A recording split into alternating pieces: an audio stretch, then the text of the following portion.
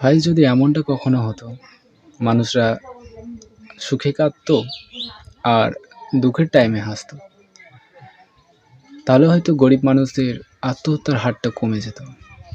কারণ middle class ফ্যামিলিদের আবার সুখ কোথায়?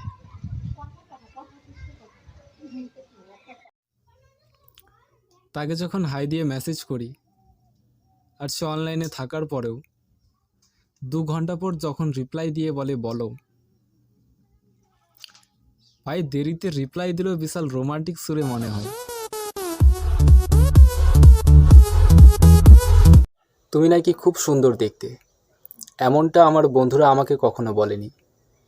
কিন্তু তোমার মা মাঝে মধ্যেই দেখি পাড়ার কাকিমাগুলোকে বলে, আমার মেয়েটা না। কিছু বন্ধুগুলো এমন হয়, যদি বলি ব্রেকআপ হয়েছে, সোজা বলবে পার্টিতে খাওয়া তাহলে।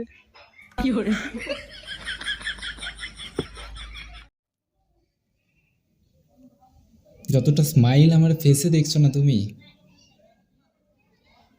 ততটা হ্যাপিও আমি নেই।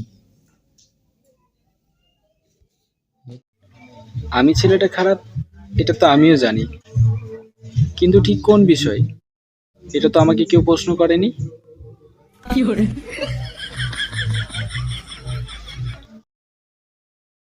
স্বপ্নে এতবার হাত কেটেছি যে বাস্তবে যখন কাটার কথা ভাবি, একটাই খেয়াল আসে, কেন কাটবো।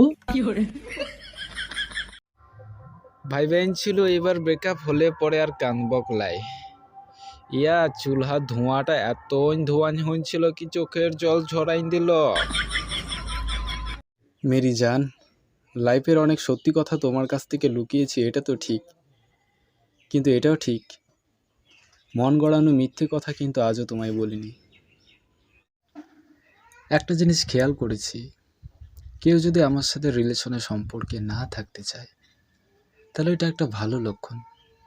কারণ যখনই পরবর্তী আরেকজনের সাথে রিলেশনটা হয় না,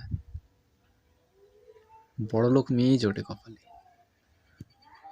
ভাই শরীরটাতে ডোপামিন হরমোন রিলিজ নিয়ে কথা, সে কারো গালি খেয়ে হোক আর কাউকে গালি দিয়ে হোক।